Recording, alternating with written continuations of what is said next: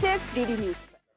और इस वक्त की ब्रेकिंग न्यूज है, गैंगस्टर अनमोल बिश्नोई अमेरिका से भारत लाया गया है। पटियाला हाउस कोर्ट लेकर के पहुंचा गया है अनमोल बिश्नोई को, और कई सारे आरोप और कई सारे मामलों को लेकर के अनमोल बिश्नोई फिर गैंग और बिश्नोई खासकर चर्चा में रहा एनसीपी नेता बाबा सिद्दीकी हत्या का ये मुख्य साजिश करता है, जो कि कई और गंभीर मामलों में भी आरोपी है अनमोल बिश्नोई। आपको याद ही होगा कि जब बाबा सिद्दीकी की हत्या हुई उसमें मुख्य साजिशकर्ता के तौर पर इसका नाम उभर कर आया, और उसके बाद एक्टर सलमान खान को भी धमकियां देने के पीछे इसी का हाथ था। उसके बाद उनकी सुरक्षा भी बढ़ाई गई, तो पटियाला हाउस कोर्ट लेकर के पहुंचा गया है अनमोल बिश्नोई को। एनसीपी नेता बाबा सिद्दीकी की हत्या का मुख्य साजिशकर्ता है अनमोल, जिसका अब कई सारे गंभीर मामलों में इसके ऊपर आरोप रहे हैं। पंजाब से लेकर महाराष्ट्र तक अमेरिका से भारत लेकर आया गया है गैंगस्टर अनमोल बिश्नोई को। तो इस वक्त की ये बड़ी ब्रेकिंग न्यूज है, जिसमें कि अनमोल बिश्नोई को भारत खासकर पटियाला हाउस कोर्ट में पेश किया गया है।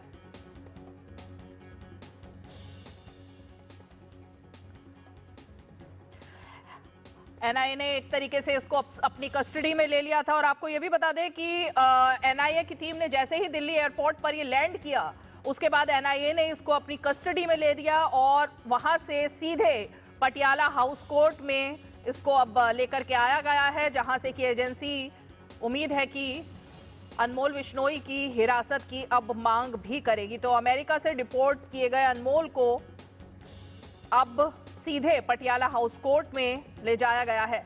ना सिर्फ बाबा सिद्दीकी हत्याकांड, बल्कि सिद्धू मूसेवाला का जो मर्डर हुआ और उसके बाद सलमान खान के घर पर जब फायरिंग हुई, यानी इतने हाई प्रोफाइल मामलों में अनमोल बिश्नोई का नाम सामने आया। इन सब का आरोपी है ये अनमोल बिश्नोई। अगर इसकी आपको डिटेल बताएं तो अप्रैल 2022 में फर्जी पासपोर्ट बनवाकर उसकी मदद से अनमोल बिश्नोई भारत से भाग गया था, और वहां से वो नेपाल के रास्ते दुबई, दुबई के रास्ते कीनिया और कीनिया के रास्ते फिर अमेरिका तक पहुंच गया था। तो ये उसका पूरा ट्रैक रिकॉर्ड रहा। लेकिन भारत की एजेंसियों ने जब वो कनाडा पहुंचा और उसके बाद अमेरिका, तो वहां से उसको अब डिपोर्ट कर लिया गया है। और अब आप ये तस्वीरें देख रहे हैं, पटियाला हाउस कोर्ट में अनमोल बिश्नोई की पेशी कर दी गई है। तो हमारे संवाददाता सहयोगी दीपक इस वक्त इस खबर पर ज्यादा जानकारी के लिए जुड़ गए। दीपक, क्या खबर है? अब कस्टडी की मांग की जाएगी एनआईए की तरफ से?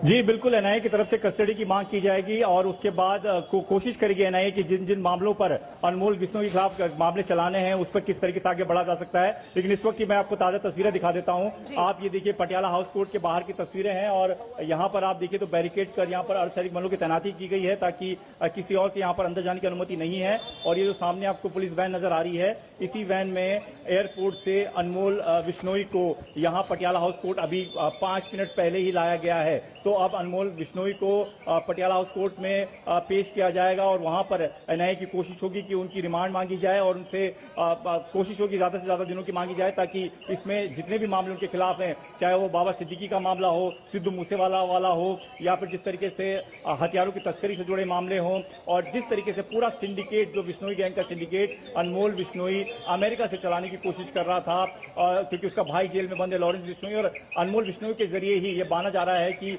बिश्नोई गैंग का पूरा सिंडिकेट चलता था। तो एक एक चीज जो है उससे पूछी जाएगी, उससे खंगाली जाएगी, उसके कनेक्शन खंगाले जाएंगे। और एनआईए के बाद ये माना जा रहा है कि जो अलग अलग राज्यों में बिश्नोई गैंग के खिलाफ जो मामले दर्ज हैं, चाहे वो हरियाणा की बात करें, दिल्ली की बात करें, महाराष्ट्र की बात करें, पंजाब की बात करें, उन तमाम मामलों में भी पुलिस वहां पर जो है वो अपनी रिमांड मांगेगी और उसके बाद पूछताछ आगे बढ़ेगी। लेकिन एक बहुत बड़ी सफलता जो है वो भारत को मिली है कि एक कुख्यात मोस्ट वांटेड की लिस्ट में ये अनमोल बिश्नोई को रखा गया था। 10 लाख रुपए का इनाम तक एनआईए ने इसके ऊपर रखा हुआ था, और अब जब इसको भारत लाया गया है तो इसके खिलाफ जो जांच चलेगी वो तो चलेगी ही, लेकिन बड़े लंबे समय से सवाल उठ रहे थे सिद्धू मूसेवाले की हत्याकांड के मामले के बाद से, और खासतौर पर बाबा सिद्दीकी जो एनसीपी के नेता हैं उनका जो मर्डर किया गया था दिल्ली में भी, अगर याद हो कुछ समय पहले सनलाइट कॉलोनी पर फिरौती के नाम पर गोलीबारी की गई थी, कारोबारी को डराने की कोशिश की गई थी। तो कई सारे मामले हैं जो कि इस पूरे बिश्नोई गैंग के खिलाफ हैं, और ऐसे में अनमोल बिश्नोई जो कि कुख्यात अपराधी, खासतौर पर बिश्नोई गैंग का मेन सिंडिकेट चलाने वाला इंसान जिसे कहा जाता है, क्योंकि लॉरेंस जेल से वो काम नहीं कर पाता जो काम अनमोल बिश्नोई जो है वो अमेरिका से कर रहा था।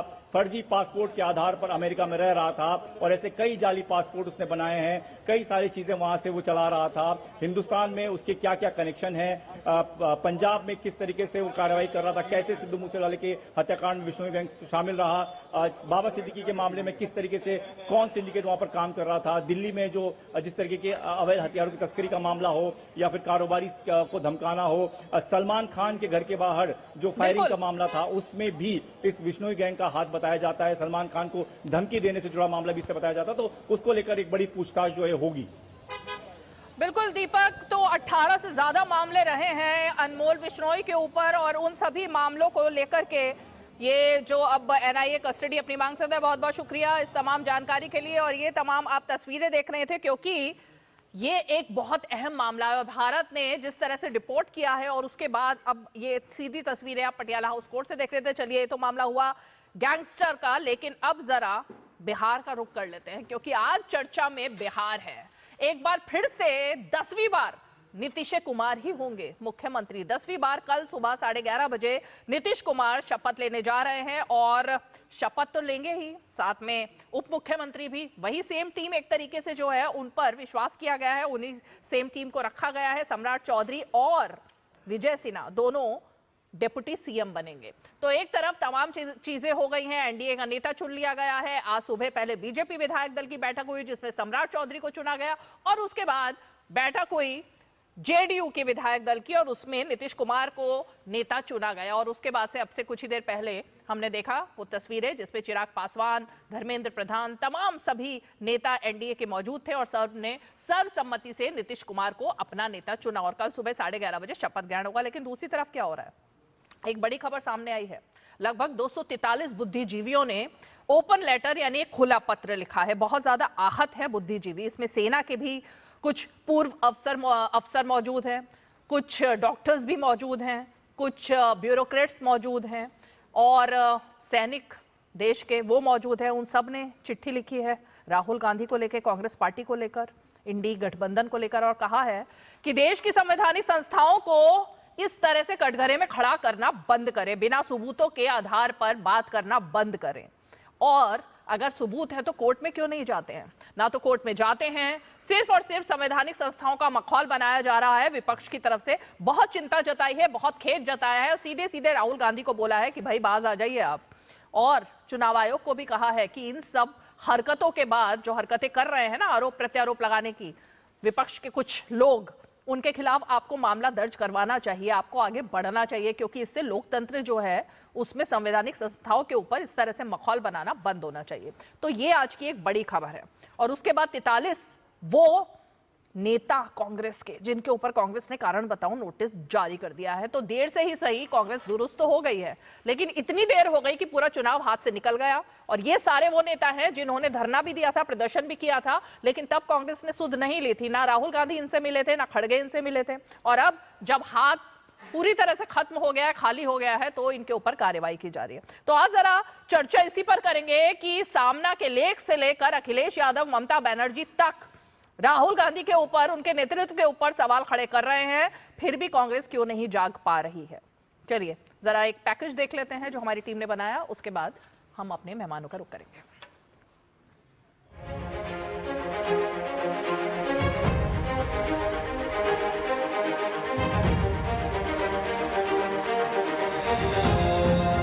पार्टी को बहुत धन्यवाद देता हूं। पार्टी ने इतना बड़ा दायित्व दिया, लगातार पार्टी के द्वारा दायित्व दिया गया जिससे बिहार का विकास किया जाए।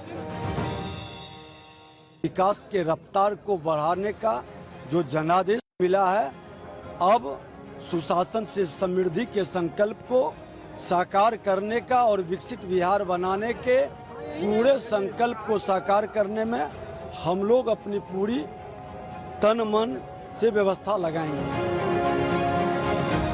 विधायक दल के नेता के रूप में श्री सम्राट चौधरी जी और उपनेता के रूप में श्री विजय कुमार सिन्हा जी को सर्वसम्मति से नेता और उपनेता चुना गया है। सर्वसम्मति से जो हमारे विधायक वहां लगाए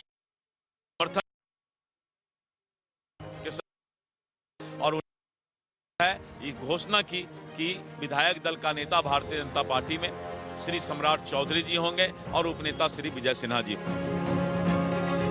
बिहार विकास के रास्ते पर बहुत तेजी से आगे बढ़ चला है। विकसित बिहार ही होगा अब आगे।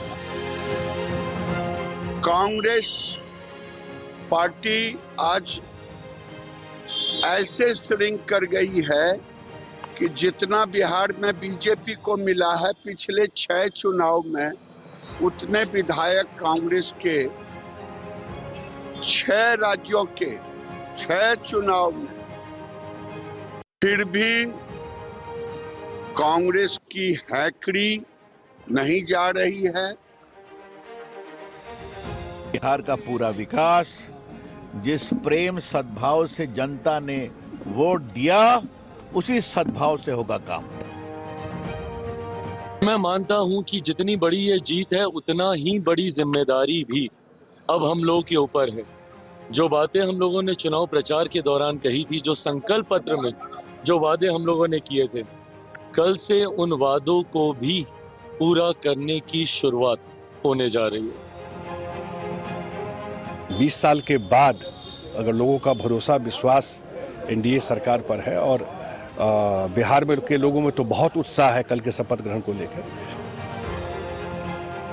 हम समझते हैं कि बिहार का भविष्य उज्जवल है, बिहार विकसित राज्य में शामिल हो, ऐसी चुनौती भी है और लेकिन हम लोग उसको पूरा करेंगे। तो मेरे तरफ से आज के दिन में शुभकामनाएं।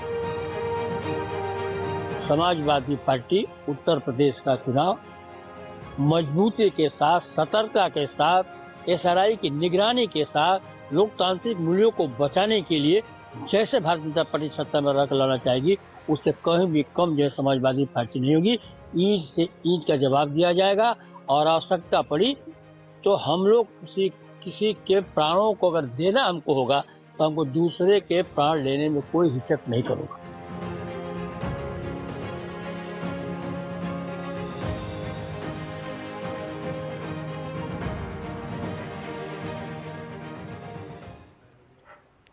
तो आपने ये बिल्कुल सही सुना है, इसीलिए ये हमने बयान अंत में सुनाया ताकि इसकी गूंज जो है वो पूरे शो में रहे।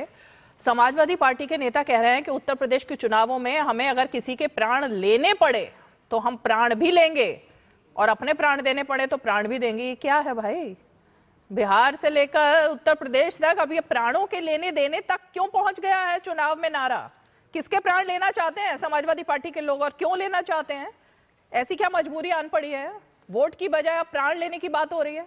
चलिए जरा शुरुआत करते हैं। आरपी सिंह जी स्टूडियो में आ गए हैं, बीजेपी के प्रवक्ता हमारे साथ, पवन पटेल जी कांग्रेस के नेता हमारे साथ मौजूद हैं, डॉक्टर पवन राव अंबेडकर जी एआईएमआईएम के प्रवक्ता हमारे साथ जुड़ गए हैं और हमारे साथ अक्षय राउत जी पूर्व डीजी इलेक्शन कमीशन के भी जुड़ गए हैं। बहुत बहुत शुक्रिया आप सभी खास मेहमानों का जुड़ने के लिए। लेकिन जरा डॉक्टर पवन राव अंबेडकर जी, ये आज 243 बुद्धिजीवियों ने चिट्ठी लिख दी है और कहा है कि वोट चोरी और ये जो जिस तरह से इलेक्शन कमीशन का पूरा मामला चल रहा है ना, जहरीली बयानबाजी से जो हमला किया जा रहा है, अब उससे बचने का दिन आ गया है। आप भी मान रहे हैं क्या बिहार में वोट चोरी हुई थी?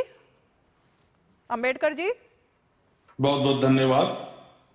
अब वोट चोरी का जो इतिहास है वो आज का इतिहास नहीं है।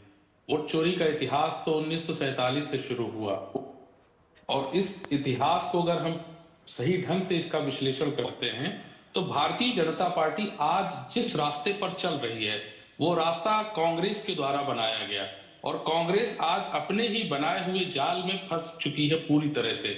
इस बात को नकारा नहीं जा सकता। इस देश की जितने भी संवैधानिक संस्थाएं हैं उन संस्थाओं को सबसे पहले 1947 के बाद जब 1952 में चुनाव हुए, वो सारी संस्थाएं कांग्रेस के हाथों में थी, कांग्रेस के हाथों की कठपुतलियां थी और उनके आधार पर काम करती थी। आज जिस तरह से जजेस और बहुत सारे एमिनेंट लोग निकल करके राहुल गांधी की बुराई कर रहे हैं, ये मेरा विषय नहीं। मेरा विषय ये है कि जजेस रहे हो या कोई भी संवैधानिक संस्था रही हो, कांग्रेस ने उनका भरपूर अपने समय में इस्तेमाल किया। एक उदाहरण मैं आपके बीच में रखूंगा। एक कमिटेड जुडिशरी का जो चलन शुरू हुआ वो कांग्रेस के समय में शुरू हुआ, और एक जज का नाम लेना कोई जो है बुरा नहीं है। ए.के. रॉय की जो बात आती है तो उसमें बात एकदम साफ नजर आती है कि किस तरह से कांग्रेस ने इस देश की न्यायिक व्यवस्था का जो है दोहन किया और उसको अपने फेवर में करने का प्रयास किया। अब रही बात वोट चोरी की, वोट चोरी का दौर तो हम लोगों ने बहुत करीब से देखा है। जब बैलेट बॉक्सेस को जो है ना किस तरह से लूट होती थी, वो कांग्रेस के शासन के दौरान हुई है। आज अगर वोट चोरी हो रही है या कोई भी क्रम हो रहा है, उस क्रम के लिए इस देश का इलेक्शन कमीशन जिम्मेदार है, चुनाव आयोग, क्योंकि चुनाव आयोग के ऊपर जिम्मेदारी है। क्या सुन लीजिए, बात सुन लीजिए। चुनाव आयोग के ऊपर जिम्मेदारी है कि इस देश में बेहतर लोकतंत्र के लिए free, fair and transparent elections होने चाहिए। अगर किसी भी नागरिक ने कोई एक प्रश्न भी उठाया है किसी भी तरह का कि कोई भी गलती हो रही है, तो चुनाव आयोग को इस पर गंभीरता से विचार करना चाहिए। लेकिन जिस तरह से चुनाव आयोग का जो रुख दिख रहा है, वो रुख इस देश में मजबूत लोकतंत्र की तरफ नहीं दिखता है। राहुल गांधी जी अपनी बात क्या कहते हैं उससे हमारा कोई सरोकार नहीं है। हमारा सरोकार है इस देश में मजबूत लोकतंत्र कैसे बने, उसकी बात हम रखना चाहते हैं। एक उदाहरण इस देश में जो है बहुत ही ज्यादा मजबूती से कहा जाता है कि टी.एन. शेषन ने इस देश में लोकतांत्रिक व्यवस्था को बहुत ही मजबूत काम करने का प्रयास किया और उसमें सफलता भी पाई। लेकिन कांग्रेस के ही दौरान टी.एन. शेषन को दबाने का प्रयास किया गया। 1993 में जिस तरह से टी.एन. शेषन के ऊपर वो चीजें लादी गई जिससे टी.एन. शेषन अपनी पूरी शक्ति के साथ काम नहीं कर पाए। यही कारण है कि 1996 के बाद जब से टी.एन. शेषन साहब गए, उसके बाद से लोकतंत्र की व्यवस्था में लचर स्थिति नजर आई है। इसमें किसी भी तरह का कोई प्रश्न नहीं। अंबेडकर जी, आप दोनों तरफ से खेल रहे हो। आप ये भी कह रहे हो कांग्रेस के समय वोट चोरी हुई, आप आज भी इलेक्शन कमीशन पर निशाना साध रहे हो। किस तरफ हो आप, मेरे को समझ में नहीं आया। लेकिन पवन पटेल जी, मैं देश की तरफ, देश की तरफ है ना, तो जनता की तरफ होंगे, और जनता ही इलेक्शन कमीशन की तरफ है। अगर आप जनता के साथ है तो इलेक्शन कमीशन के साथ है, आप साफ बात है। क्योंकि लोकतंत्र में जनता मालिक है ना, और जनता के साथ इलेक्शन कमीशन है। एक एक वोट कीमती है, इलेक्शन कमीशन ने किया, तो आप इसका मतलब इसी के साथ हो। नहीं, बिल्कुल जनता मालिक है। हम फिर इसका मतलब आप चुनाव आयोग के साथ हो ना? नहीं, हम चुनाव आयोग की बात को नहीं कह रहे, हम मजबूत लोकतंत्र की बात कर रहे हैं। अगर कोई भी नागरिक एक शक भी जाहिर करता है तो चुनाव आयोग की जिम्मेदारी है कि उस पर त्वरित संज्ञान लेकर के पहली बात तो राहुल गांधी एलओपी हैं देश के नागरिक के अलावा। तो एलओपी अगर कोई बात रख रहा है और सबूत दे रहा है देश का, तो वो पॉलिटिकली मोटिवेटेड होता है, क्योंकि वो किसी एक पार्टी से संबंधित है। वो देश की जनता, आम जनता से संबंधित नहीं है। वो देश की जनता को अलग हटा करके अपने पॉलिटिकल मोटिवेशन के साथ काम कर रहे हैं। तो इसलिए आप देश की जनता मत कहिए मेरे ख्याल से। पवन पटेल जी, ये पोल खोली है अभी अंबेडकर जी ने कि किस तरह कांग्रेस के शासनकाल में शुरू हुई वोट चोरी, कांग्रेस के शासनकाल से शुरू हुआ बैलेट में किस तरह से चोर पर चोर जाकर के पूरा बैलेट गायब कर लेते थे, और ये बिहार की बात हो रही है। तो अब किसका बैकग्राउंड चेक करना पड़ेगा, ये तो पता चल गया ना पवन पटेल जी, कि तब क्या होता था और अब क्या हो रहा है। आपको पता चल गया होगा, किसी के बोलने से कोई चीजें पता नहीं चल जाती है। जब ट्रांसपेरेंसी उस समय क्या था कि अंबेडकर जी क्या कर रहे थे उस समय, जब बैलेट पेपर चोरी हो रहा था, ये भी निकालते, वोट अधिकार यात्रा निकालती है, ये भी अपने हिस्से का प्रयास करते। आज जो बताने की प्रयास करें, आज राहुल गांधी के सामने अगर वोट चोरी हो रहा है तो राहुल गांधी ने अपना कर्तव्य किया, अपने उसका निर्वहन किया कि हम वोट चोरी के खिलाफ आवाज उठा रहे हैं, लोकतंत्र को बचाने का प्रयास कर रहे हैं। तो ये देखिए बोलने वाली बातें हैं कि अगर पहले कोई चीज हुई है तो आज हम ऐसा कर रहे हैं, तो ये तो कोई मेरे ख्याल से कोई पैमाना नहीं कि अगर कोई गलती ये बोल रहे हैं कि पहले हुई है तो आज हम गलती करेंगे, तो कोई पैमाना नहीं है। हम तो बात कर रहे हैं आज की, आज क्या हो रहा है वो आप जानिए, आज क्या हो रहा है हम जाने, आज क्या हो रहा है ज्ञानेश कुमार जाने। अगर मोटिवेशनल बात कर रहे हैं कोई कि अगर नेता प्रतिपक्ष है किसी से मोटिवेटेड होता है पार्टी से, तो ज्ञानेश कुमार जी भी तो भारतीय जनता पार्टी से मोटिवेटेड है, क्योंकि उनको आधी रात में नियुक्ति पत्र मिला है। उनकी नियुक्ति ये जो चिट्ठी लिखी गई है ना, खुला पत्र जो लिखा गया है 243 बुद्धिजीवियों की तरफ से, ये किसी पार्टी से संबंधित बुद्धिजीवी नहीं है, ये देश के बुद्धिजीवी हैं। और इन्होंने आप ये कहा है सीधे तौर पर, मैं पढ़ देती हूँ, बिना सबूत के लगाए जाने वाले आरोप एक क्रोध का रूप है, ऐसा गुस्सा जो बार बार चुनावी हार और जनता से दूरी के कारण पैदा हुआ है कांग्रेस पार्टी के लिए। पत्र में यह भी कहा गया है कि कुछ राजनीतिक दल विश्लेषण की जगह नाटकीयता को चुन रहे हैं और सार्वजनिक सेवा की जगह राजनीतिक तमाशा कर रहे हैं। तमाशा कर रहे हैं भाई पवन पटेल, क्यों तमाशा कर रहे हैं? अच्छा, आपने पढ़ा नहीं क्या? चल रहा है स्क्रीन पर, देखो ना, सुन तो लीजिए। अरे देखिए ना, अभी सुनिए तो, रिटायर्ड जस्टिस लोगों ने अभी कुछ दिन पहले ही बोला था कि भारत का लोकतंत्र खतरे में है। इन्होंने तो लेटर लिखा, उन्होंने तो प्रेस कॉन्फ्रेंस की थी कि भारत का लोकतंत्र खतरे में है, अगर आज आवाज नहीं उठाएंगे तो कब उठाएंगे, जागो। ये भी बुद्धिजीवी लोगों ने लिखा था, तब तो आपने उसको नहीं पढ़ के वाचन किया। 3 मुख्य चुनाव आयुक्त जो पद पे अपनी सेवाएं दे चुके थे, उन्होंने बोला कि ज्ञानेश कुमार गलत कर रहे हैं। जब नेता प्रतिपक्ष ने सबूत दिया तो उस सबूत का उनको जांच करनी चाहिए, बोलना चाहिए। तो ज्ञानेश कुमार जी जो मोटिवेटेड है भारतीय जनता पार्टी से, तब आपने उन 3 मुख्य चुनाव आयुक्तों के बारे में नहीं बोला आपने। अभी जो जिस जज ने शायद उनको जमानत दिलवाई थी अमित शाह जी को, कहीं से राज्यसभा बन गए हैं। भारतीय जनता पार्टी की कोई मीडिया की जो थी राठी है क्या, वो अभी जज बन गई है। तो ये जो मोटिवेशनल वाली बात है, मोटिवेशनल जमानत तो राहुल गांधी को भी मिली है, जमानत तो सोनिया गांधी को भी मिली है, जमानत तो रॉबर्ट वाड्रा को भी मिली है, जमानत तो उन तीनों को भी मिली है ना। उनकी जमानत पर बात नहीं करनी चाहिए क्या? वो भी जमानत पर है, बेल पर बाहर है सर। सब पे बात करिए, सब पर करिए ना बात। आरपी सिंह जी, मैं आपका रुख करूं, लेकिन एक सेकंड रुकिए। अच्छा पवन जी, एक तो आप नॉन स्टॉप बोलते हो, नॉन स्टॉप बोलते हो आप, 1 मिनट रुकिए। आरपी सिंह जी, मैं आपका रुख करूं, लेकिन क्योंकि हमला यहाँ चुनाव आयोग पर लगातार हो रहा है और ज्ञानेश जी पर हो रहा है, मेरे ख्याल से एक बारी अक्षय राउत जी के पास चलना पड़ेगा। अक्षय राउत जी, क्योंकि पूर्व डीजी रह चुके हैं चुनाव आयोग के। अक्षय जी, जिस तरह से बुद्धिजीवियों ने इस बात को लेकर के सवाल खड़ा किया है और लगातार ज्ञानेश जी पर, आपने सुन लिया पवन जी किस तरह की भाषा का इस्तेमाल कर रहे हैं, धमकी भरी भाषा है। उनका फोटो लगा कर सोशल मीडिया पर धमकियां दी जा रही हैं कि यही है गुनाहगार, यही है गुनाहगार। इस तरह कभी पहले इतिहास में हुआ था क्या सर?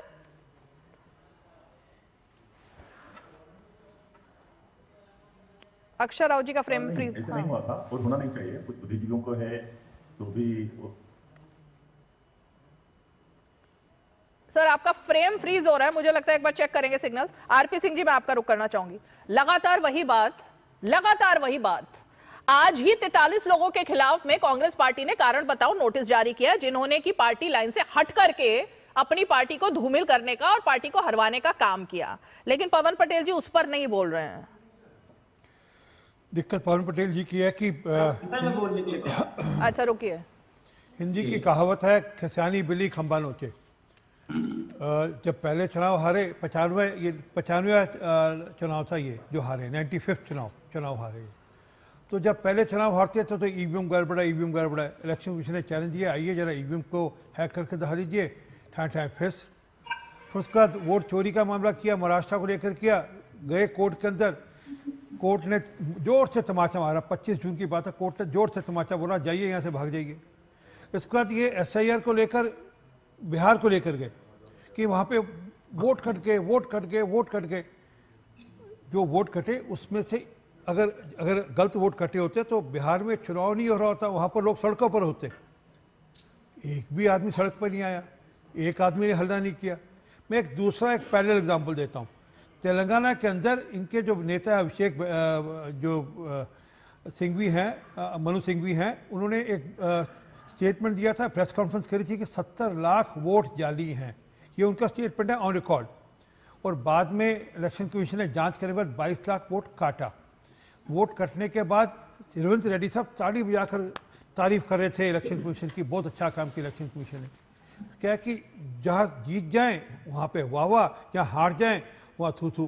तो क्या कि इनको हार पच नहीं रही, इनका नेता विफल हो गया है, नीतियाँ इनके पास है नहीं। इन्होंने कोशिश करी वोट चोरी का मामला चला पाएँ, आज वो चल नहीं पाया पूरे बिहार के अंदर। और आज जितने इनके गठबंधन के घटक हैं उनको पता है कि गले में फांस की तरह है, जितनी देर हम इनको लटकाए रखेंगे उतना हमारा गला घुटेगा। वो अब आरजेडी में भी दिख रहा है, वो उमर अब्दुल्ला ने इनको ऑलरेडी बाहर कर दिया है। ममता बनर्जी इनका एकमात्र विधायक था सागरडीगी से, उसको अपने साथ उसने जुड़वा लिया, अपने साथ पार्टी में ले गई। तो इनके विधायकों ने भी इनके गठबंधन के जो लोग हैं उन्होंने भी इनको नमस्ते कर दी है। तो असल में क्या है कि हार इनसे पच नहीं रही। और चुनाव में गठबंधन बनाते हैं सिर्फ इसलिए ताकि हम एक मुद्दा बनाकर ले चलें, नैरेटिव बना लें। और नैरेटिव बनाने की कोशिश करते हैं वोट चोरी की। पहले उन्होंने कहा था चौकीदार चोर है, तो लोगों ने जोर से तमाचा मारा और हमारी सरकार बना दी। अब की बार कहा वोट चोरी, फिर लोगों ने जोर से तमाचा मारा, फिर सरकार बना दी।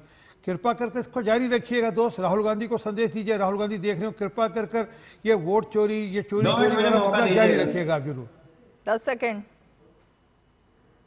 मैं बोलूं? हाँ 10 सेकेंड। देखिए अभी इन्होंने क्या है, 95 चुनाव हार गए, कितने चुनाव होंगे इसके आकलन के बजाय देखा जाए कि भारतीय जनता पार्टी ने कितने झूठ हर चुनाव में बोले। मेरे ख्याल से अनगिनत होकर 450 की सिलेंडर की देश की जनता बेवकूफ है क्या? देश की जनता के पास दिमाग नहीं है? 10 सेकंड आपने मुझे दिया। देश की जनता बेवकूफ है क्या? अरे आप जब जनता के मैंडेट पर सवाल खड़ा करोगे ना तो मुझे बोलना पड़ेगा।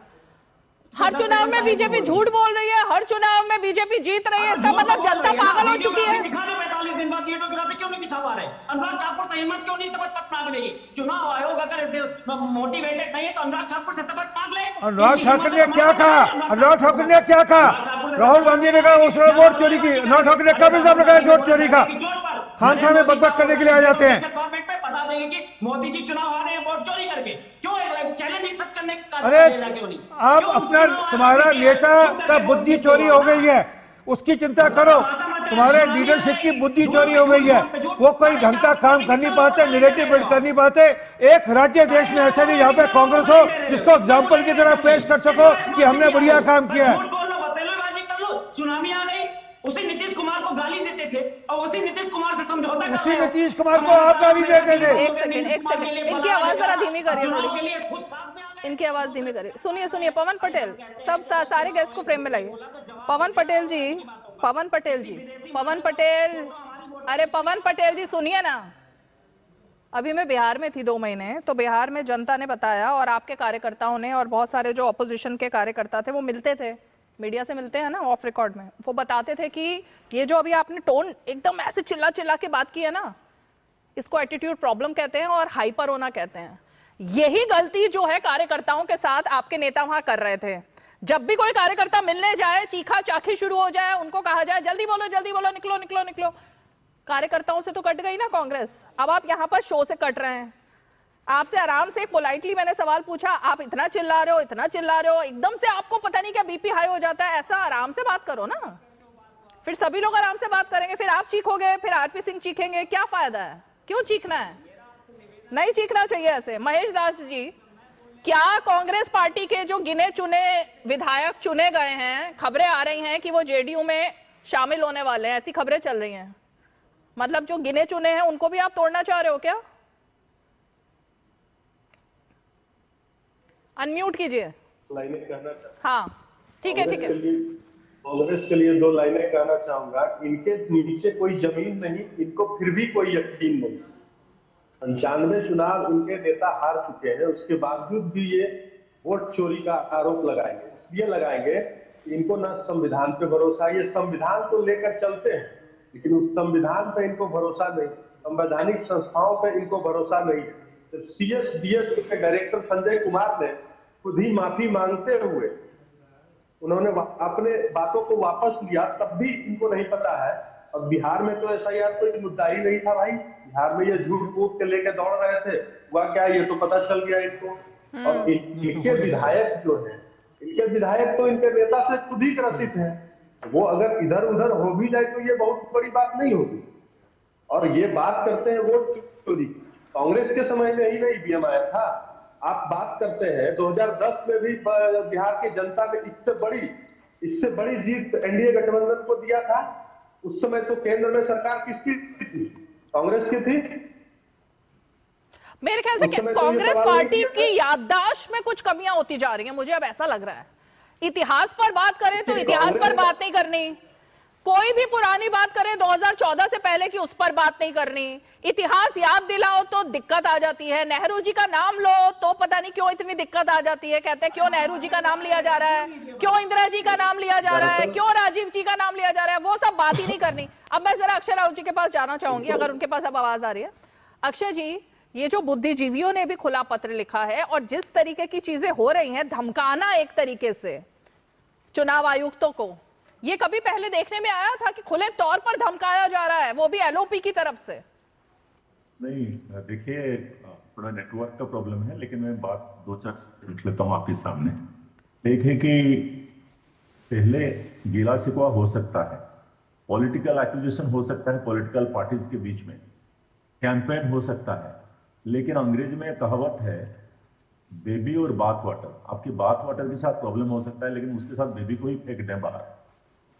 आप ये कोई पॉलिटिकल पार्टी या कोई पर्सनालिटी का क्रेडिट नहीं है। आज इलेक्शन कमीशन या हायर जुडिशियरी या हमारे जो संवैधानिक संस्थाएं जहां तक पहुंचे हैं, ये अपना एक इवोल्यूशन है। फाउंडेशन ऑफ फादर एक इमेजिन किया, लोगों ने साथ दिया, सिटीजन्स ने साथ दिया, वोटर्स ने साथ दिया, उनके आस्था पर ये इलेक्शन कमीशन ऑफ इंडिया जैसे संस्थाएं यहां तक पहुंचे हैं और 75 साल में सीख सीख के पहुंचे हैं यहाँ।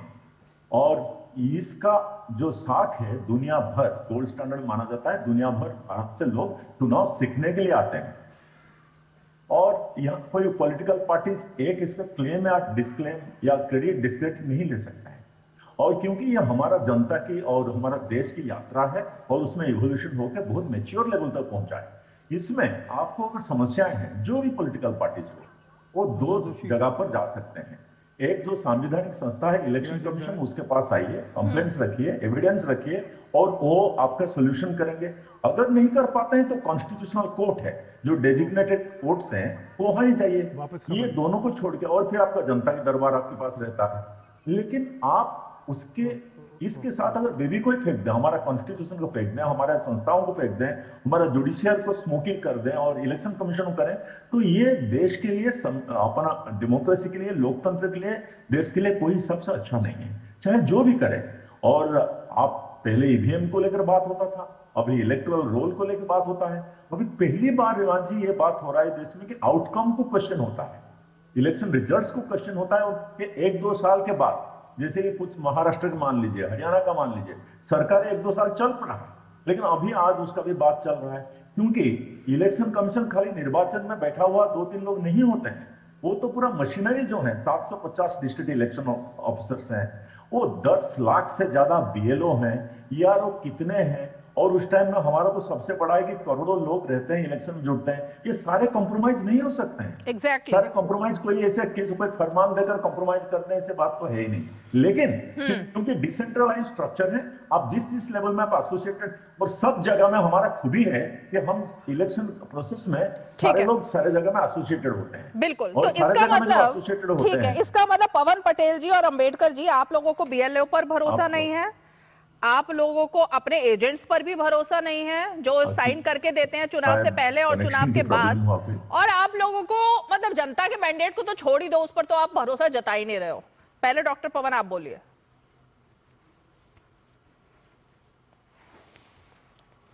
अनम्यूट कर लीजिए। संस्थाओं पर भरोसा है, हाँ, लेकिन जिस तरह की प्रक्रिया चल रही है उस प्रक्रिया में अगर हमारा बात हम पहले भी कहे हैं, कोई अगर संदेह उत्पन्न होता है तो निश्चित रूप से उसका निवारण होना चाहिए, इसमें कोई दो राय नहीं है। लेकिन जिस तरह से कांग्रेस बातों को उठा रही है वो कहीं ना कहीं शक के दायरे में है। आपने भी बताया कि 43 लोगों को जो है कारण बताओ नोटिस जारी किया गया। मुझे लगता है कि राहुल गांधी जी को भी जो है कारण बताओ नोटिस जारी किया जाना चाहिए कि किस हैसियत से वो कांग्रेस के मुख्य जो है अधिकारी बने हुए हैं। खड़गे जी का तो कहीं कोई नामो निशान नहीं है, इस बात का भी तो जिक्र होना चाहिए। कांग्रेस के प्रवक्ता कह रहे हैं कि हम लोकतंत्र बचाना चाहते हैं, शायद इन्होंने जो है वो उन्होंने कॉन्फ्रेंस नहीं देखी जिसमें राहुल गांधी ने खुद कहा कि मैं लोकतंत्र बचाने के लिए यहां पर नहीं आया हूं। ये शायद सुने नहीं है, इनको सुनना चाहिए ना। राहुल गांधी जी यहाँ पर टूरिज्म के लिए आते हैं, 4 दिन घूमेंगे और 5वें दिन थक करके जो है जंगल सफारी चले जाएंगे। इस बात को लेकर के हम लोग प्रश्न उठाते आए हैं कि कांग्रेस एक डूबता हुआ जहाज है जो इस देश की जितनी भी रीजनल पार्टियां उसको समाप्त कर देगा। और इसी कारण से बिहार की जो नतीजे आए हैं, उस बिहार के नतीजे ने पूरे देश के जितने भी क्षेत्रीय पार्टियां हैं उनको सोचने पर मजबूर कर दिया है कि कांग्रेस के साथ चलना है या कांग्रेस के अलग होकर के चलना है। अम्बेडकर जी, अब डूबता हुआ जहाज है, तो आप लोग भी तो पहले तो इन्हीं के साथ हाथ मिलाना चाह रहे थे ना, लेकिन जब उन लोगों ने हाथ नहीं मिलाया तो आप लोग अकेले लड़े फिर। नहीं, देखिए बात क्लियर कर ले, हम इनके साथ नहीं मिलाना चाहते, हम चाहते हैं कि फांसीवादी ताकतों को रोकने के लिए, क्योंकि इनके अंदर क्षमता नहीं है कि भाजपा एनडीए को रोक पाए, इसलिए हम इंडिया अलायंस में शामिल होना चाहते थे। आज नतीजा इनके सामने है, इन्होंने हमें शामिल नहीं किया और आज ये जमीन की धूल चाटने के लिए मजबूर है। और आज ये प्रश्न खड़ा हो रहा है, आरजेडी वालों ने भी प्रश्न खड़ा किया है कांग्रेस के ऊपर कि जब तक राहुल गांधी इस इंडिया अलायंस के रूप में रहेंगे, इसका एक अंग रहेंगे, तब तक इस देश में भारतीय जनता पार्टी और एनडीए को हम कहीं पर भी हरा नहीं पाएंगे। ये बहुत ही गहन मंथन चल रहा है और आने वाले चुनाव चाहे पश्चिम बंगाल के हो चाहे तो बेसिकली अब सवाल ये है कि आने वाले चुनाव में माइनस कांग्रेस गठबंधन बनाया जाए। पवन पटेल कांग्रेस को निकाल करके सब एकजुट होना चाहते हैं बीजेपी के खिलाफ। अब कांग्रेस से सब आजिज आ चुके हैं। ये नहीं, बोलिए। देखिए, हम स्टूडियो में नहीं है, हम इतनी दूर बैठे हैं। मैं जैसे बोलना होता तो आप कुछ बोलने लगते तो दोनों इको हो जाते, मुझे समझ में आपको लगता है मैं बोलता हूँ, आपके बोलने पे चुप नहीं हो रहा हूँ, तो इसलिए जब मैं चुप हो जाऊँ तब आप बोलिए जैसे मैं बोल रहे हैं, तो फिर आप उसी बात को रिपीट कर देते हैं। मैं तो ये कह रहा हूँ कि कोई क्या बनाना चाहता है ये वो जाने। अभी उन्होंने ही बोला कि हम लोकतंत्र को बचाने के लिए भारतीय जनता पार्टी जैसी ताकतों को हटाने के लिए साथ में आ रहे थे। अब जब सबको समझ में आता है कि जब साथ में आएंगे तभी भारतीय जनता पार्टी जैसी ताकतें हटेंगी, तभी होगा, तो साथ में तो हर व्यक्ति को आना ही होगा। अब हम ये कह रहे हैं, जब हम हमारे प्रश्न का एक भी जवाब नहीं दिया आपने, आप कम से कम पूछिए ना, क्या वो बुद्धिजीवी नहीं थे जो बोल रहे थे कि लोकतंत्र खतरे में है? क्या वो चुनाव आयोग जो सेवाएं दे चुके थे वो गलत बोल रहे थे? क्या विदेशी महिला का फोटो हमारे वोटर लिस्ट में क्या कर रहा था? एक घर में 5-5, 600 वोटर सारे जहां पे निकला वो विदेशी महिला ने तो बोल दिया ना, झूठ है वो। इनमें प्रश्न नहीं, आप तो पढ़ के ही नहीं आते हो पवन पटेल जी, पढ़ के नहीं आते आप। भारतीय जनता पार्टी के सुनामी आ गई, पढ़ के ही नहीं आते आप। मध्य प्रदेश में आ जाएगी सुनामी, आ जाएगी महाराष्ट्र में सुनामी आ जाएगी, आप रिसर्च नहीं, आप अपडेटेड नहीं होते हो। 20 साल के काम का। अरे आपने ना उस औरत, आपने विदेशी महिला का बयान नहीं सुना, उसने बताया कि वो झूठ थी बात, उसका कहीं फोटो नहीं था। पढ़ के आए थे आप ये बात? नहीं ना, आपको पता ही नहीं है बात। आरपी सिंह जी, आपको तो पता होगी वो विदेशी महिला वाला एंगल। देखिए, बता रहे हैं, अब वो बता रहे हैं, रुको। दिक्कत ये हो गई कि वो गलती से ने ब्राजीलियन कह दिया, कंबोडियन कहते तो शायद महिला मान जाती जहाँ राहुल गांधी जाते हैं। क्या कि सच ये है कि उसने कहा आकर कि मेरा कुछ लेना देना नहीं, मेरी फोटो कहीं राहुल गांधी ने कहीं चिपका दी होगी कहीं पे, या कहीं से चिपक गई होगी, उसका कुछ लेने देना नहीं, वास्ता नहीं। अरे सुनिए ना एक मिनट, आप बोले टोका नहीं ना अभी इस बार आपको, तो इसलिए ये झूठ का पुलिंदा जितना मर्जी आप पढ़ते रहिए। जमीन पर क्या है, मैं आज वापस चले जा रहा हूँ, एक राज्य बता दीजिए जिसको आप क्या कह सकते हो कि हमारा बढ़िया राज्य है, यहाँ पे बढ़िया काम हो रहा है, इसको हम रेप्लिकेट करेंगे। अरे पटेल साहब अच्छी बात नहीं, मैं अगली बार बोलने नहीं दूंगा, मैं स्टूडियो में बैठा हूँ, मैं अगली बार अच्छी बात नहीं है ना, मैंने आपको टोका नहीं, एक बार आपने डर करके बोला ना, रोका क्या आपको, फिर करिएगा डर कर। सुनिए आराम से।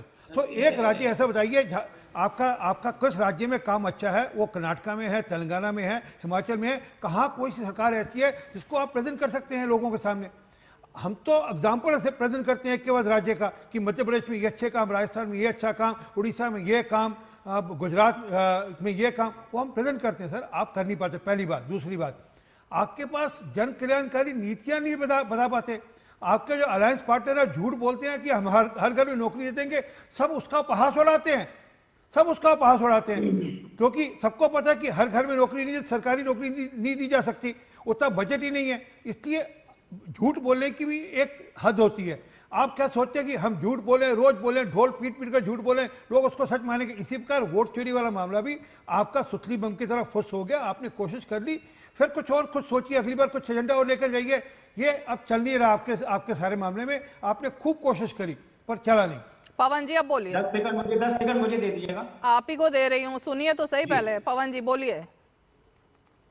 मेरा निवेदन ये है कि अभी बहुत इन्होंने बोला, मैं ये कहता हूं कि अपने देश में हम ये बता दें कि कौन कौन सा काम इन्होंने किया झूठ बोलने के अलावा। कहां 450 में सिलेंडर देने, जिस तरह इनकी सुनामी आ गई। और राहुल गांधी की बात करते हो, राहुल गांधी जब नेता विपक्ष है तब उसने मजबूर कर दिया मोदी जी को, तीनों काले कानून बदलो, तो तीनों काले कानून बदलने पड़े। उन्होंने बोला जातिगत जनगणना कराओ, ये भारतीय जनता पार्टी के लोग विरोध करते थे जातिगत जनगणना का, लेकिन उसने जातिगत जनगणना करा ली मोदी जी की तरफ से। तो राहुल गांधी तो ताकतवर आदमी, जो चाहता है वो करा लेता है, जो चाहता है। वोट चोरी आपकी जिस तरह पकड़ी है ना, एक ना एक दिन देखिएगा इसका पूरा, जब पूरी दुनिया के सामने निकलेगा। हमें एक जवाब वायरल होगा, आपकी बाइट वायरल होगी आज। राहुल गांधी की अनुराग ठाकुर से शपथ पत्र क्यों नहीं मांगने की हिम्मत हुई? चुनाव आयोग की हिम्मत आरपी बताइए ना, इसका जवाब कोई नहीं देगा। बताइए ना, चुनाव आयोग से शपथ पत्र मांगने की हिम्मत ज्ञानेश कुमार जी क्यों नहीं जुटा पाए? लेकिन पवन पटेल जी, राहुल गांधी इतने ताकतवर हैं कि वो सबसे सब कुछ करा रहे हैं, लेकिन जनता से वोट नहीं डलवा पा रहे। बस हमने तो जो पूछा उसका तो जवाब मांग लीजिए। इतने ताकतवर हैं, उनकी उंगलियों पर सब नाचते हैं, लेकिन जनता नहीं नाच पा रही। तो बता रहे हैं, जनता ने वोट दिया, आपने वोट चोरी किया। जब आप बोलोगे हमारे साथ 2 करोड़ रोजगार देंगे, फिर 2 करोड़ रोजगार नहीं दोगे। अक्षय जी, एक सेकंड, अरे भाई रुको। ओके अक्षय सर, ये जनता ने वोट दिया कांग्रेस को, और जब मशीन खुली तो वो वोट निकल आया एनडीए को। ऐसा हो सकता है क्या? नहीं, ऐसे तो नहीं हो सकता है। पवन जी सुन लीजिएगा ध्यान से। अब आप थोड़ा सा बात को आगे ले रहे हो, मैं थोड़ा सा मूल मुद्दे पर आ जाता हूं। अब देखिए, ईवीएम जो है उसमें एरर हो सकता है, इलेक्टोरल रोल में मिस्टेक हो ही सकता है, और भारत की इलेक्टोरल रोल में 100 करोड़ लोग रहते हैं, और दुनिया के कोई भी इलेक्टोरल रोल से हमारा इलेक्टोरल सबसे तंदुरुस्त है। लेकिन उसमें एरर्स अगर मिस्टेक हो गए, क्योंकि ऑनगोइंग प्रोसेस है, उसको कॉन्स्पिरेसी नहीं माना जाना चाहिए हमेशा कि भाई ओमिशन को कमीशन क्यों मान ले कि हर चीज के पीछे कॉन्स्पिरेसी है। तो फिर तो आप हमारा प्रोसेस ही नहीं चलेगा, हमारा डेमोक्रेसी आगे नहीं चलेगा। आपकी जो कुछ संदेह के बाद, कुछ क्वेश्चन आंसर के बाद, कुछ ग्रीवेंस रिड्रेसल के बाद, फोरम के बाद एक जगह में पहुंच जाना चाहिए जहां कि हाँ, ये हमारा काम है, चल रहा है, जो रिजल्ट आया। और उसमें सारे में मैं तो यही बोला ना कि जैसे कुछ जगह में हम इंडियन हंसते थे, अरे भाई क्या चुनाव करते हो, अमेरिका में भी चुनाव कर दिया, लेकिन आप लोग चुनाव के रिजल्ट के ऊपर भरोसा नहीं, रास्ते पर आ गए। अभी क्या हम लोग उस रास्ते पर जा रहे हैं? मुझे लग रहा है कि ऐसे नहीं होना चाहिए। हमारे जो 2 डेजिग्नेटेड एरियाज हैं उनके साथ सामने आप क्वेश्चन रखें, कंप्लेन रखें, ग्रीवेंस करें, लीगल रेमेडीज चाहें, लेकिन ऐसे नहीं कि पूरा बेबी को बाथ वाटर के साथ फेंक के, ऐसे नहीं होना चाहिए। तो ये जो 25,000 ओके सर जी सर, ये एक पॉइंट है कि हमारा इलेक्शन प्रोसेस ऐसा है जहां की शुरुआत में, चाहे इलेक्टोरल रोल की हो, चाहे ईवीएम की हो, चाहे किसी का भी हो, पॉलिटिकल पार्टीज का नुमाइंदे जो है फील्ड लेवल से एसोसिएट हुए के चलते हैं। तो उनको कोई भी लेवल में वो कंप्लेन कर सकते हैं, ग्रीवेंस कर सकते हैं। वो करते क्यों नहीं? उसको चोटी पर पहुंचने क्यों देते हैं? यहाँ से आप बहुत एक बड़ा लेवल से पॉलिटिकल हाईएस्ट लीडरशिप में आप डिस्कस करेंगे, आप जमीन पर उसको कंप्लेन करिए। ठीक है, तो बेसिकली सर, ये जो पवन जी और दूसरे डॉक्टर पवन, 25,000 वोट पहले ईवीएम में थे, ये जो आरोप लगाया आरजेडी ने, और जब डाले गए वोट तो 25,000 एक्स्ट्रा वोट बीजेपी और जेडीयू के खाते में पहले से पड़े हुए थे। डॉक्टर पवन, ये वोट चोरी के मुद्दे पर आप हैं क्या महागठबंधन और इंडिया अलायंस के साथ, या आप मान रहे हैं कि जो ओवैसी जीत कर आए हैं, एआईएम जीत कर आई है, वो अपने दम पर, अपनी ताकत पर जीत कर आई है? नहीं, इसमें एक प्रश्न उठता है कि राहुल गांधी जिस विषय को उठा रहे हैं, इस विषय पर सोचना चाहिए कि राहुल गांधी की स्वीकार्यता जनता के बीच में और इंडिया अलायंस के बीच में है या नहीं है। राहुल गांधी जो है पूरी तरह से जो है सार्थक नहीं है और ना ही स्वीकार्य है। कारण इसका यही है कि इन्होंने चुनाव जितने भी पिछले चुनाव लड़े और हारे, लेकिन जब ये प्रश्न तेलंगाना, कर्नाटका, हिमाचल प्रदेश पर आता है तो वहां पर वोट चोरी को लेकर के किसी भी तरह का कोई आंदोलन या कोई भी आज तक उन्होंने कोई भी प्रपत्र नहीं दिखाया। तो इस बात से ये जाहिर होता है कि कहीं ना कहीं जो आगामी चुनाव होने वाले हैं, अभी पश्चिम बंगाल को लेकर के भी ये कहीं ना कहीं कोई मुद्दा उठाने का प्रयास करेंगे, और उत्तर प्रदेश, क्योंकि ये 2 ऐसे राज्य हैं जहां पर ये अपनी सत्ता आज तक न बना पाए हैं, न आने वाले भविष्य में बना पाएंगे। इसलिए ये ऐसे मुद्दों को उठाते हैं जिससे इस देश के नागरिकों को भ्रमित किया जा सके। और बात जब लोकतंत्र की आती है, ये कहते हैं कि हमारी जिम्मेदारी, मैं व्यक्तिगत रूप से मैं जिम्मेदारी नहीं लूंगा कि इस देश के लोकतंत्र को मैं बचाऊं। तो आप बीजेपी का हाथ क्यों नहीं थाम लेते हैं अंबेडकर जी? क्यों बीजेपी का हाथ नहीं थाम लेते हैं इस मुद्दे पर? मैं फिर से इस बात को क्लियरिफाई कर लूं। हमने संविधान का हाथ थामा है और उसी के आधार पर चलेंगे। हमने ये कहा कि भारतीय जनता पार्टी आज कांग्रेस के अधूरे कार्यों को पूरा कर रही है। जिस तरह से भारतीय जनता पार्टी इस देश में सत्ता में आई है, वो कांग्रेस के नाकारेपन की वजह से आई है।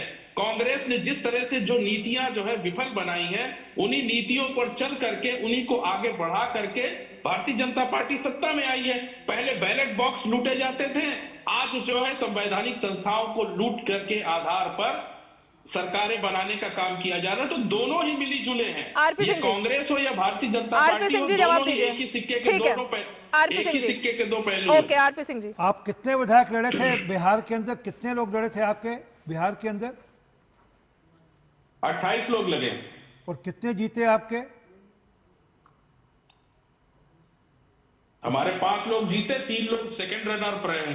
हाँ, तो फिर वो ऐसी जीत के अगर ईवीएम में गड़बड़ है या वोटर लिस्ट में गड़बड़ है तो जीत जाते। ओवैसी साहब को नहीं, इस पर भी खुलासा होना चाहिए कि 5 जो आपके बड़े शीर्ष नेता जीते हैं, वो 1,22,000 वोट का आंकड़ा क्या है, ये भी क्लियर कर दीजिए ना। ये जनता को साफ हो जाना चाहिए कि 1,22,000 के आंकड़े से जो 5 प्रमुख नेता आपके भारतीय जनता पार्टी के जीते हैं, उसका राज क्या है। इस बात का भी जो है खुलासा होना चाहिए। मैं राज बताता हूँ। बिहार के 27 लाख किसानों को 6,000 रुपए प्रति साल मिलता है। अब आपने बोला मैं ठोका नहीं ना, आपको ठोका नहीं ना, आपको ठोका नहीं मैंने। एक मिनट, अब आपने बोला मैं ठोका नहीं आपको।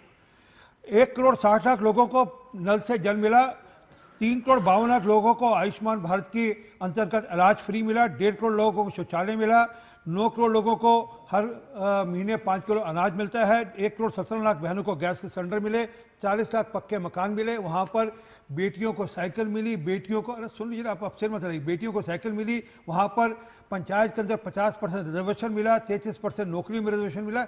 ये है जीत का कारण, ये है मूलतः जीत का कारण। नहीं, वो यही है। 1,22,000, 25,000, 30,000 जो भी है, ये यही है। अब आप अपना जो मर्जी गढ़ लगाते रहिए, पर सच यही है। 22,000 का आंकड़ा लूटा जा रहा है। आप जोड़ते रहिए, जुड़ने वाला नहीं है। कमाल है, मतलब 5,000 से जीत जाते तो दिक्कत नहीं थी, 1 लाख से जीत गए तो दिक्कत है। मतलब ये लॉजिक, महेश दास जी, ये लॉजिक है क्या कोई? ये आश्चर्यजनक जो वोटिंग का परसेंटेज आ रहा है, 1,22,000 का आंकड़ा जो आ रहा है, ये इलेक्शन कमीशन की रिपोर्ट में है। आप उसमें जाकर के देखिए, ये आश्चर्यजनक कैसे किस तरह की वोटिंग हो रही है, इस पर प्रश्न लग रहा है। इसीलिए इलेक्शन कमीशन को प्रश्न लगाने के लिए कोई ना कोई मुद्दा होना चाहिए महेश दास जी। नहीं, प्रश्न लगाइए और आपके विधायक फिर चले जाएंगे आरजेडी के पास, फिर ले जाएंगे खोज खास कर आपके विधायक। वो हमें चिंता नहीं है इस बात की, हमें चिंता इस बात की है कि देश का नागरिक ले गए थे ना आपके विधायक में है या नहीं है। ठीक है महेश दास जी। और एक सेकंड, हैदराबाद से लड़े थे ओवैसी साहब, 5 लाख वोट कटे थे उनके चुनाव से पहले, फिर भी चुनाव जीत गए। लोकसभा के चुनाव से पहले हैदराबाद में 5 लाख वोट कटे थे, इलेक्शन कमीशन ने काटे थे, फिर तो तारीफ बजा रहे थे उस समय ओवैसी साहब। अरे उस समय तो ओवैसी साहब तारीफ कर रहे थे, बीजेपी की कैंडिडेट रही उस समय तो ओवैसी साहब तारीफ कर रहे थे कि वाह इलेक्शन कमीशन बहुत अच्छा काम किया। नहीं, पॉइंट मुझे समझ में आ नहीं रहा अंबेडकर जी, ये पॉइंट ही नहीं समझ में आ रहा। मतलब आपके लोग जीते हैं, अगर वो 5,000 से जीते हैं तो जीत है, 1 लाख से जीत जाए तो सवालों के घेरे में है। कहीं तो कोई एक वो रखनी चाहिए ना मर्यादा आरोप लगाने की भी। महेश दास जी जल्दी बोलिए, आप बोल क्यों नहीं रहे हैं? देखिए रीमा जी, सबसे बड़ी बात है कि विपक्ष के लोगों ने अभी तक बिहार की जो जनता जनादेश किया है उसको स्वीकार तक नहीं किया। इनका सबसे बड़ी दिक्कत ये है कि ये जनता को भी कटघरे में खड़े कर देते हैं और खुद भी कटघरे में खड़े हो जाते हैं। राहुल गांधी जी SIR का विरोध कर रहे थे, लेकिन इलेक्शन कमीशन में एक भी प्रस्ताव अपने नाम से उन्होंने दर्ज कराया है क्या? नहीं कराया। फ्रीज हो गए। पवन पटेल उनके पीछे ये खड़े होके बैटिंग कर रहे थे। अरे भाई, आप अपनी जिम्मेदारी कब निभाओगे? आप नीतीश कुमार और मोदी जी को गाली देते देते तो 95 चुनाव हार गए, आप अपना दायित्व को कब निभाइएगा? ठीक है, अब ये तो हो गई पवन पटेल, ये तो हो गई जेडीयू और यहाँ एनडीए की बात। अब मैं जेडीयू एनडीए की बात ही नहीं कर रही, अब मैं आपसे सवाल खड़ा कर रही हूँ। शिवसेना यूबीटी जो कि आपकी सहयोगी है, उसने सामना में क्या लिखा? उसने लिखा है कि कांग्रेस पार्टी खुद को राष्ट्रीय पार्टी कहकर महत्व जताने की कोशिश करती है, जबकि जमीनी प्रदर्शन लगातार कमजोर होता जा रहा है। बिहार का उदाहरण भी सामने है, जहां पर राज ठाकरे फैक्टर मौजूद नहीं था, फिर भी कांग्रेस का प्रदर्शन इतना खराब क्यों रहा? तो वोट चोरी वाले नैरेटिव पर अब हम साथ नहीं हैं। ये लीजिए, अब ये तो बीजेपी नहीं है, ये तो और कोई पार्टी नहीं है जो एनडीए में हो, ये है आपकी सहयोगी पार्टी यूबीटी शिवसेना। ये चारा चोर के साथ बैठे हुए हैं, तो अब ये हमारा नाम याद आएगा ना, अब क्या याद आएगा? बोलिए। ठीक है, तो हम बोल रहे सब अपनी अपनी बातों को व्यक्त कर रहे हैं। जिस दिन अलायंस होगा, जिस दिन चुनाव होगा, सब फिर से साथ होंगे। आज अभी वही तो हम बोल रहे हैं कि वोट चोरी वाला मामला क्लियर कहाँ हो पा रहा है। चुनाव आयोग की इतनी हिम्मत है नहीं कि वोट चोरी को क्लियर कर देंगे, राहुल गांधी के सवालों का जवाब दे। अभी जितने सवाल हमने पूछे, एक सवाल का जवाब आरपी सिंह जी ने दिया ना। आपने निवेदन किया कि कम से कम जो पवन पूछ रहा कि भाई अनुराग ठाकुर को शपथ पत्र के बड़े स्मार्टली बोला तो उन्होंने, कान से ऊंचा सुनते हैं आप, थोड़ा ऊंचा सुनते हैं कान से, आप कान से ऊंचा सुनते हैं। देखिए, एसआईआर से दिक्कत यह है कि जब हम अपनी डिग्री नहीं दिखाएं, सम्राट चौधरी जीता ना, सम्राट चौधरी की डिग्री देखी आपने ना। अभी वही लोग बनेंगे जो क्या 20 साल क्या किया है बिहार में। सम्राट चौधरी की एज भी जादुई ढंग से बढ़ जाती घट जाती है, उनको पता नहीं कहां से आए। आपके विधायक भी भारतीय जनता पार्टी के महिला पॉलिटिक्स से कर जाते हैं, युवा महिला के वो निकाल लेते हैं, बच्चे दानी निकाल के घपला करते हैं। तो भारतीय जनता पार्टी को महारत हासिल है, एसआईआर कर रहे हैं तो दिखाइए अपनी डिग्री, दिखाइए सम्राट चौधरी की डिग्री। हम कहते हैं वोट चोरी उस दिन होगा जिस दिन वोट चोरी का खुलासा हो जाएगा। आज ये सब अपने साथ आ जाएंगे। आज तो एक जिस टाइप का नैरेटिव फिट किया जा रहा है, हम कहते हैं चुनाव आयोग निष्पक्ष होकर के जांच करा दे और एसआईआर में जो वोट मान्य नहीं उसको हटा दीजिए। एक तो दिक्कत ये है पवन पटेल, दिक्कत ये है आप सवाल ही नहीं सुनते हो। मैंने आपसे सवाल सामना पर पूछा, मैंने आपसे सवाल उद्धव गुट पर पूछा, मैंने समाजवादी पार्टी पर पूछा, मैंने ममता बनर्जी पर पूछा, वो सब सुनना ही नहीं है आपको। आपको सिर्फ जो शुरू से पहले सवाल से लेकर अंत तक उसी 4 लाइनों को बोलना है। सवाल तो सुन लेते ना। मुश्किल है, मैं क्या अच्छा, तो आपको क्या हुआ कि हम पूरे महागठबंधन टूट गया आपकी नजर में? महागठबंधन तो टूट ही गया। अरे महागठबंधन तो बिहार में था ना, वो तो टूट गया। अब तो इंडिया अलायंस की बात हो रही है। अरे ऐसे तो नीतीश कुमार को गाली देते थे, अमित शाह जी बोलते थे कभी दरवाजा नहीं खुलेगा, फिर कहते आगे ये भी तो पूछिए ना, दरवाजा नहीं खुलेगा के लिए समझौता कर लिया ना, ये भी तो सही बात है ना। वही हम बोल रहे हैं कि आज चूंकि हार है, हार के बाद सब अपने अपनी भावनाओं को व्यक्त कर रहे हैं, लेकिन कल जब देखेंगे कि सचमुच की वोट चोरी हुई है, जब सबूत आ रहे हैं, लोग आत्मचिंतन करेंगे कि इस तरह के कैसे वोट हो जाते, इस तरह के वोटर कैसे चोरी हो जाते, राहुल गांधी का चैलेंज क्यों स्वीकार नहीं करते, अनुराग ठाकुर को शपथ पत्र देने के लिए क्यों नहीं बोलते, जीरो एड्रेस में ज्ञानेश कुमार जी ले जाएंगे, जिस व्यक्ति का जीरो एड्रेस उस एड्रेस में हमको ले जाएंगे, क्या है उनकी हिम्मत ले जाने की? पहले बैलेट पेपर से पढ़ते थे तो तुरंत आ जाता था परसेंटेज, अब तो ईवीएम कौन लेकर आया? ईवीएम कौन लेकर आया? जिन्होंने अपनी भावनाओं, पवन पटेल ईवीएम को कौन लेकर आया था? अरे भाई ईवीएम कौन लेकर आया था? बोलते रहो आप, ईवीएम कौन लेकर आया था? ईवीएम कौन से देश ने बनाया था? वहां चल रही ईवीएम, ईवीएम कहां? मतलब ये कांग्रेस की भूल थी। चल रही है। अगर इनको अपनी नीतियों पे इतना विश्वास है तो कर देना बिना। अरे कांग्रेस पार्टी लेकर आई थी ईवीएम, कुछ नहीं पता थी आपको पवन पटेल जी, आपको सिर्फ सीखना होता है शो में। कोई तो बात पता हो आपको ठीक से, कोई जानकारी नहीं होती आपको। कांग्रेस पार्टी लेकर आई थी ईवीएम में, वो भी नहीं पता, इसके लिए भी बीजेपी दोषी है। चिल्लाना है चिल्लाना है चिल्लाना है बस हर बात में। डॉक्टर अम्बेडकर ने इतनी बातें बताई, वो भी नहीं सुनी। हाँ, तो कांग्रेस पार्टी ने ईवीएम लाया था, अच्छा ही सोच के लाई थी।